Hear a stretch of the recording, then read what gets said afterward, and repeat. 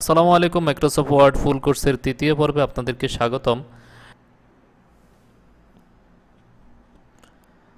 তো আমরা আজকে শিখব টেক্সট ডিলিট করা এবং ফাইল সেভ অ্যাজ করা। তো আমরা গত পর্বে একটা ফাইল সেভ করেছি। আমরা এই ফাইলটা ওপেন করব। ওপেন করার পরে আমরা এই ফাইলটাকে আবার অন্য একটা ফাইলে আমরা সেভ করব। আমরা আমরা যদি এটাকে আরেকটা নামে সেভ করতে চাই তাহলে কিন্তু আমাদেরকে এটাকে ফাইলে গিয়ে সেভ এসে ক্লিক করতে হবে। সেভ এসে ক্লিক করে ব্রাউজে ক্লিক করতে হবে। ব্রাউজে ক্লিক করে আমরা এখানে ফাইল নেমটা আমরা চেঞ্জ করে দেব। আমরা ফাইল নেমটা আমরা দেব part3। আমরা part3 দিয়ে আমরা সেভে ক্লিক করব। সেভে ক্লিক করার পরে আমাদের এই যে ফাইলটা, এই ফাইলটা নতুন নামে সেভ হয়ে গেছে।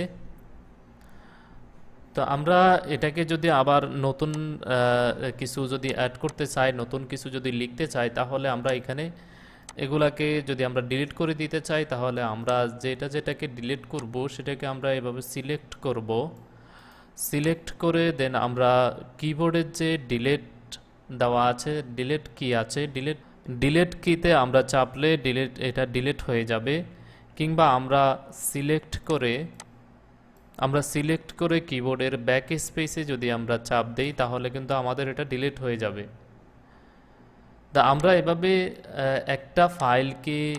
একটা সাজানো ফাইলকে নতুন নামে আমরা বারবার সেভ করতে পারবো। সেভ অ্যাজ করে আমরা নতুন ফাইল তৈরি করে আমরা সেখানে আমরা খুব সহজেই কিছু করতে পারবো।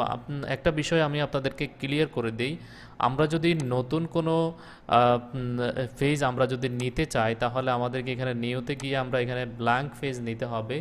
ব্ল্যাঙ্ক পেজ নিয়ে আমাদেরকে এই পেজটা সেট আপ করতে হবে। পেজ লেআউটে গিয়ে আমাদেরকে পেজ সাইজ দিতে হবে, কলাম দিতে হবে, তারপরে ওরিয়েন্টেশন দিতে হবে, মার্জিন দিতে হবে।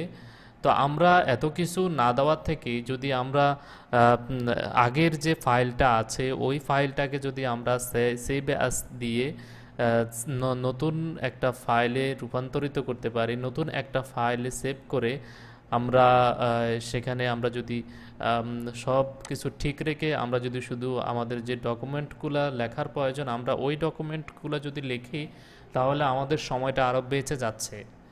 ঠিক আছে? তো বন্ধুরা আজকে এই পর্যন্ত আমার ভিডিওটা দেখার জন্য আপনাদেরকে অসংখ্য ধন্যবাদ।